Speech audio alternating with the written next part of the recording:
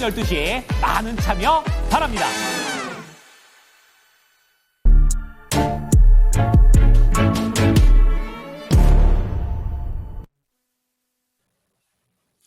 네, 안녕하십니까. 거인의 시선 신기수입니다. 자, 오늘 시장 지난주 금요일부터 시작해서 오늘까지 연 이틀째 지금 급락을 하고 있습니다. 코스피가 지금 2.6%, 코스닥이 2.4% 빠지고 있는데, 저는 지난주에 계속해서 현금화 말씀을 드렸죠. 그리고 지난주 목요일 날 공개방송 때까지도 계속해서 현금화 말씀을 드렸습니다. 선제 대응을 지금 안 해놓으신 분들은 지금 어떻게 해야 할 수 있는 방법이 지금, 사실 주식을 만땅 갖고 있다 지금. 그러면은 저로서도 지금 어떻게 해야 될지를 사실 잘 모를 것 같아요. 그래서 선제 대응을 지금 미리 안 해놓으셨다면은 엄청나게 지금 이제 힘든 구간일 텐데, 어쨌든 지금 조금 그래도 요번 주가 좀 불확실성의 피크 구간이 아닐까. 요번 주가 지나가면서 뭐가 좀 길이 좀 보이지 않을까. 이런 생각을 좀 해볼 수가 있습니다. 오늘 이제 공매도가 재개가 되는데, 종목들이 이제 거의 시장에 거의 모든 종목들이 다 하락을 하고 있는데, 이게 과연 공매도가 나와서 하락을 하는 건지에 대해서는 사실은 좀 더 지켜봐야 돼요. 그리고 적어도 이번 주는 지나봐야지 그걸 알 수가 있는 거고요. 예, 단지 이제 시장의 공매도에 대한 불안감 같은 것들은 확실히 있다. 그 불안감 때문에 빠지는 거다라는 거는 맞죠. 거기다 플러스 해가지고 요번 주에 이미 지난주부터 예견됐던 것들, 공매도도 지난주부터 예견이 됐던 거고, 또 관세 4월 2일 날부터 가는 것도 예견이 됐던 거고, 또 정치적 불확실성도 아직 지나가지 않았던 거 다 예견이 됐던 겁니다. 예견이 됐던 것들에 대해서는 우리가 어쨌든 이번은 어떻게 됐는지 어떻게 하셨는지 모르겠지만 대응들을 해주는 게 그게 이 주식하면서 늘 특히나 지금처럼 추세 상승이 없는 장에서는 늘 선제 대응들이 필요하다는 걸 이걸 좀 우리가 좀 알아야 되고요. 일단 공매도 관련된 이제 불안감 때문에 흔들리는 부분은 이거는 이제 한 2, 3일 정도면은 이제 실제로 공매도가 나오는 섹터와 그리고 공매도는 나오지는 않는구나. 그냥 시장 때문에 빠졌구나. 이런 섹터와 구분이 될 겁니다. 가령 오늘 이제 2차전지 쪽이 많이 이제 빠지고 있는데 요 근래 2차전지 관련해 가지고는 계속해가지고 대체 잔고가 늘고 있다라는 소식들은 계속 들렸었죠. 근데 그쪽은 아무래도 공매도가 좀 나오는 것 같고요. 네, 다른 쪽들은 지금 공매도가 나오는지 안 나오는지, 공매도 때문에 빠지는 건지, 이런 것들에 대해 가지고는 이제 좀 지나봐야 알아요. 그래서 그 부분에 대해 섣부르게 판단을 할 수는 이제 없는 것 같고요. 관세 부분은 제 생각에는 이제 4월 1일 지나가면은 이것도 지나갈 걸로 봅니다. 그래서 이번 주가 지나가면서 관세 부분도 지나갈 것 같고요. 미국 시장이 보면은 관세 이슈하고 경기 침체 이슈가 맞물리면서 재차 하락을 하고 있는데, 만약에 나스닥 기준으로 저점이 깨지게 된다면은 아마도 17,000 살짝 깨는 정도까지 16,800 정도까지 한 번 더 빠질 텐데요. 그렇게 되면 거기서 아마 또 바닥을 잡을 겁니다. 관세를 일단 매기고 나면은 관세를 매기면은 일단 그 관세 매긴 그 다음 달, 그 달과 그 다음 달에는 인플레이션이 확 오르겠죠. 당연히 물가가 오를 테니까. 근데 관세를 그 다음에도 또 매기고 그 다음에도 매기고 이런 게 아니기 때문에 인플레이션 지수 자체는 한 번 오르고 나서 그달에 굉장히 많이 올랐다가 그 다음 달부터는 또 정상화가 됩니다. 그렇기 때문에 관세 부분도 지나가게 돼 있습니다. 그래서 미국 시장이 그것 때문에 한 번 더 빠졌다가 계속 여기서 추세 하락이 나올 것인가? 그거는 아닌 것 같아요. 이번에는 반등이 나올 것 같아요. 제가 이제 미국 시장이 한번 올해 하반기나 해가지고 굉장히 크게 두들겨 맞을 시기가 올 것 같다라고 계속 말씀을 드리죠. 하지만 지금은 그 시기는 아니다. 지금 요번에는 반등은 나올 거다라고 보기 때문에 관세 이슈라든가 경기 침체 이슈로 인한 미국 시장 하락은 한 번 더 뭐 저점 깰 수는 있겠지만 그 하락폭이 제한적일 걸로 보고 있습니다. 그래서 그 영향도 우리 국장에는 뭐 이번 주 정도면은 그 영향도 지나갈 걸로 보고 있고요. 그러니까 공매도성에 대한 이제 불안감으로 인한 하락 부분도 이번 주가 지나가면서는 이제 그 윤곽이 잡히기 때문에 불안감이 좀 사그라들 거고요. 또 미국 시장의 관세 이슈 이런 부분들도 이번 주가 지나가면서 그 불확실성이 이제는 피크를 치면서 감소할 걸로 봅니다. 단지 제가 지난주에 뭐 공방 때도 계속 말씀드렸습니다만은 현재 우리 시장의 가장 큰 변수는 사실은 정치 변수로 봅니다. 이게 해결이 안 되면은요, 환율이 빠지질 않습니다. 지금 환율이 계속해가지고 옆으로 흐르고 있는데 저는 이게 너무 무섭습니다. 미국 시장, 미국의 달러는 지금 빠졌고 빠진 이후에 옆으로 횡보를 하고 있는데 이 빠지는 구간에서 환율이 안 빠졌단 말이죠. 그러니까 미국 달러 빠지는 것보다 원화가치 빠지는 게 훨씬 더 컸다라는 소리이기 때문에 이게 너무너무 무서운 거죠. 그래서 정치적 불확실성이 고조되면은 환율이 위로 한번 치솟을 텐데 이럴 경우에 우리 국장이 아마 못 견딜 것 같으니까 이게 굉장히 좀 무섭고요. 이게 환율이 빠져줘야 됩니다. 그래서 이 정치적 불확실성이 결국에는 마지막 키가 될 거고 이 말씀은 제가 지난주 월요일 날도 말씀을 드렸었고 공개방송 때도 누차 말씀을 드렸죠. 그래서 저는 우리 시장의 바닥을 잡고 반등이 나오는 시기는 결국에는 이제 관세도 아니고 뭐 공매도 불안감 이런 것도 그거는 이제 섹터와 관련된 거 또 뭐 그 종목과 관련된 부분이라고 보고 있고요. 시장 전체가 바닥을 잡고 반등이 나오려면은 우리 국가 내부적인 정치 불확실성이 일단 좀 해소가 돼야 되겠다 이렇게 생각을 하고 있어요. 그래서 시장의 바닥이 언제쯤 나올까? 그거는 저는 정치 불확실성이 해소가 되는 그때쯤에 아마 바닥이 나올 걸로 보고 있기 때문에 그런 부분들을 일단은 기회로 삼을 수가 있다. 그 지난주에 제 전략대로 현금화를 시켜 놓으셨던 분들은 그 부분을 생각을 하시면서 시장 대응을 좀 하시면 될 것 같습니다. 자, 오늘 뭐 전체적으로 다 빠지고 있기 때문에 뭐 특징적인 섹터가 있느냐 그러면 뭐 특히 딱 집을 수는 없어요. 근데 이제 뭐 중요한 섹터들이 있죠. 일단 반도체 쪽 우리 시장의 뭐 중추기 때문에 봐야 되는데 삼성전자가 아침에 양봉이더니 그래도 양봉을 좀 만들었었는데 지금은 또 하락을 하고 있죠. 그래서 반도체 쪽도 지금 투심이 녹록진 않구나. 뭐 너무 당연한 겁니다. 이거는 시장이 빠지면 반도체는 뭐 당연히 빠지게 돼 있기 때문에 빠지고 있고 뭐 하이닉스도 빠지고 있고 하지만 삼성전자에 빠지는 폭이 저는 한 57,000원 정도면은 한번 브레이크가 걸리지 않을까 생각을 하고 있어서요. 반도체도 삼성전자 브레이크와 함께 브레이크를 걸 걸로 생각을 하고 있습니다.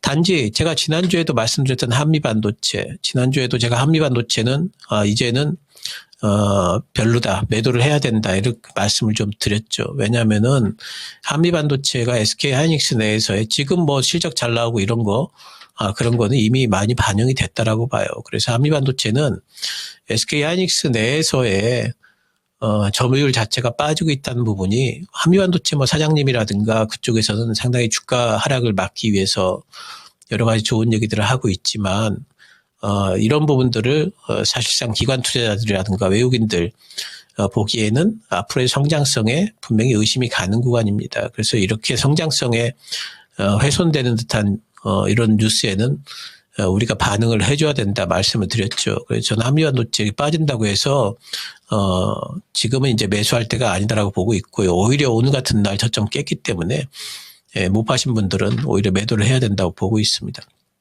단지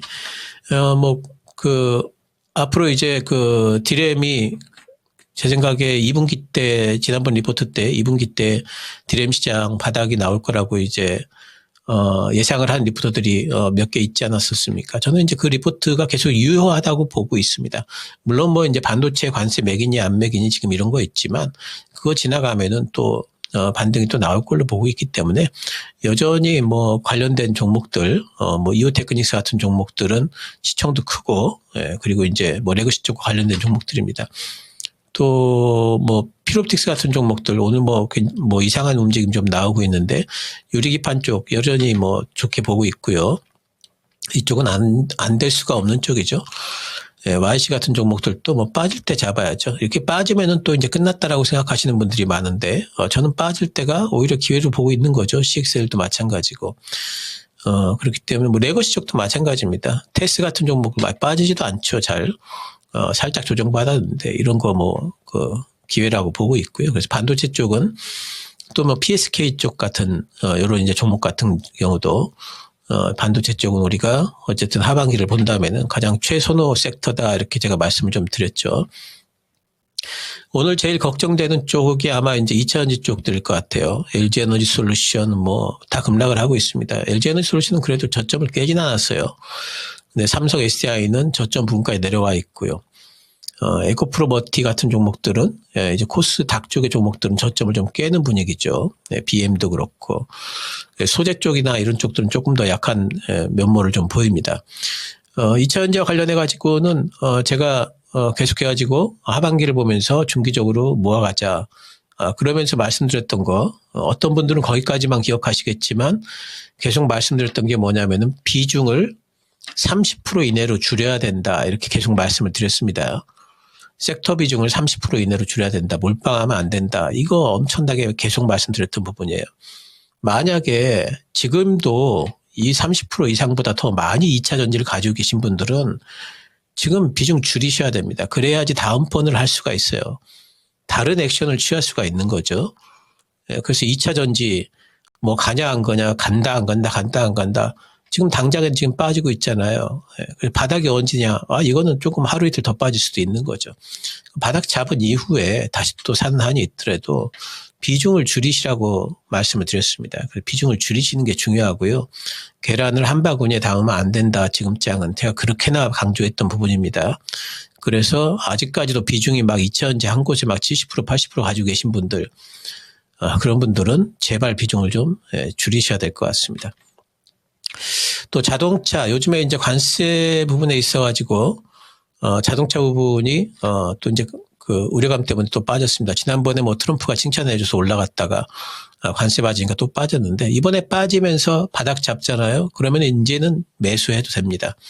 왜냐하면은 현대차, 기아차의 앞으로의 미래에 대한 생산 기조가 너무 확실해졌거든요. 이제는 미국에서 출발한다가 현대, 기아의 지금 이제 앞으로의 사업 기조가 됐습니다. 그래서 그런 부분들을 시장에서는 높게 살 거고요. 현대차가 이번에 5일선 타게 되면은 이제는 매수 구간으로 보셔도 됩니다. 제가 지난번에 올라갈 때 사지 말자 그랬죠. 빠졌다가 요번에 5일선 타면 이제는 매수해도 되기 때문에 자동차는 나쁘게 볼 게 아니라 지금 기회가 오고 있다 이렇게 보시면 됩니다. SL 같은 종목은 빠지지도 않잖아요. 화신 같은 종목도 많이 빠지고 있죠.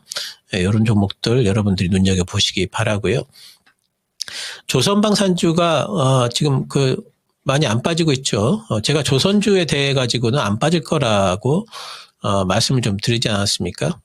뭐 공매도 그렇게 많이 안 나올 거다. 왜? 모멘텀이 확실하니까.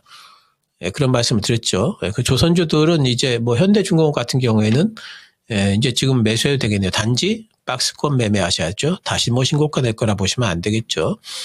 뭐 삼성중공업 매수해도 되겠네요. 그래서 이런 쪽들은 모멘텀이 있는 쪽들은 뭐 이제 계속 괜찮을 거로 보고 있고요.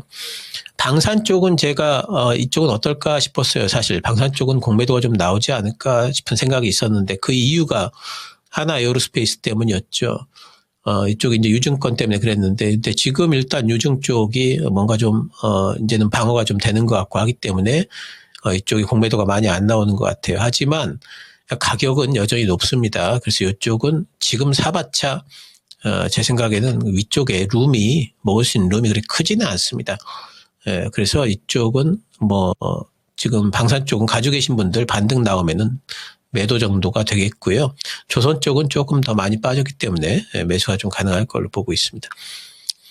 로봇주들이 오늘 뭐 생각보다 굉장히 버티는데 기존에 많이 빠졌죠. 그러니까 로봇주들은 레인보우 로보틱스 특히나 공매도 나올 줄 알고 미리 많이 빠져버렸기 때문에 오늘 빠지는 폭이 좀 이제는 좀 제한적입니다.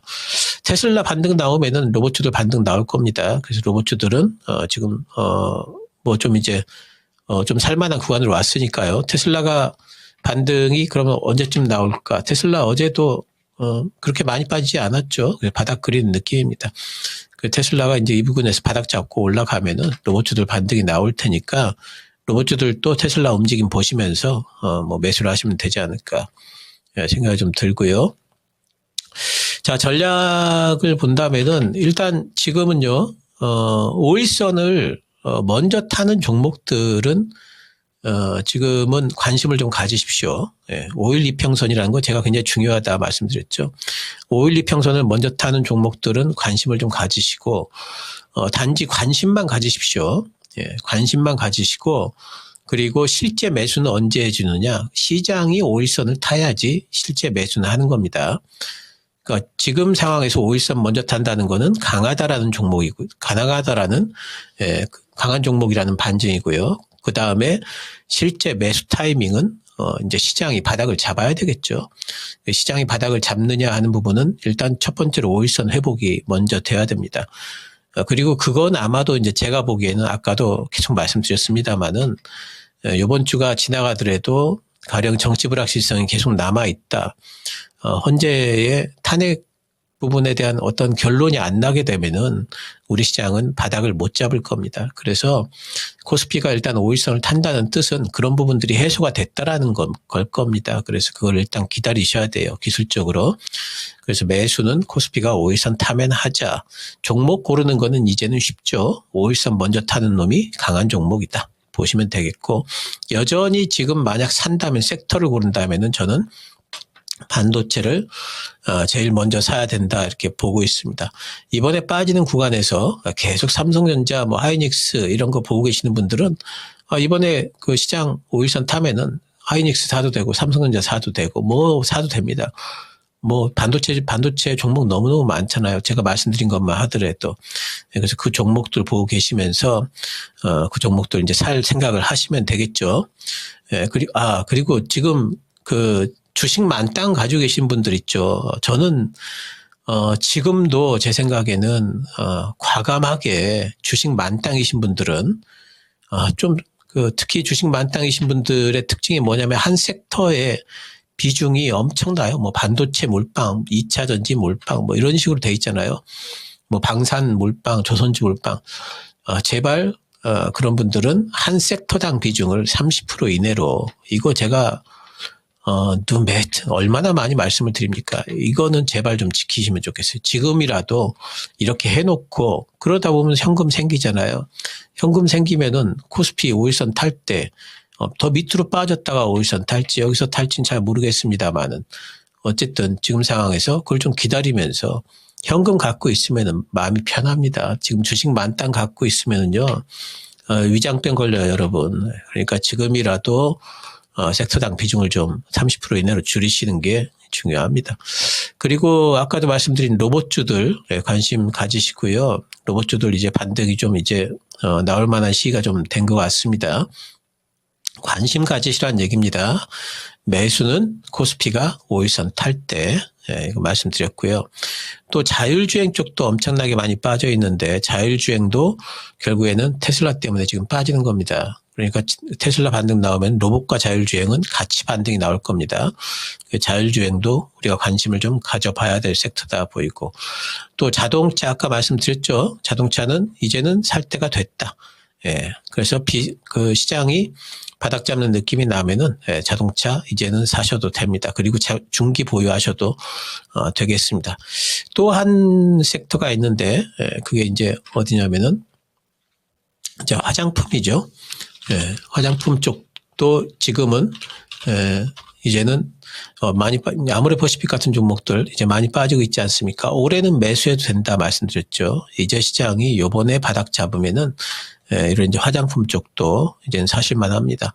중국 쪽이 오늘 괜찮죠? 중국의 그 지수가 뭐 다른 데 비해 가지고 상당히 좀 괜찮습니다. 이거는 이제 중국의 경기 부양책들이 있기 때문에 거기에 대한 기대감들이 있고, 그런 어떤 것들도 화장품에 어떤 이제 영향을 좀 미칠 수도 있고요. 또 꼭 중국뿐만이 아니라 뭐 이제 실리콘투 같은 종목들, 미국에서 지금 유럽 쪽으로 진출도 하고 있기 때문에 이런 종목들, 뭐 코스맥스 같은 종목들 조정받고 있죠. 이런 종목들도 여러분들이 눈여겨보실만 합니다.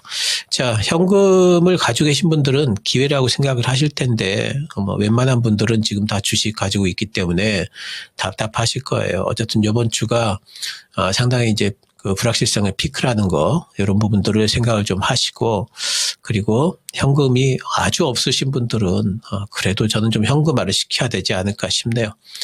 자, 신기루 씨였습니다. 감사합니다.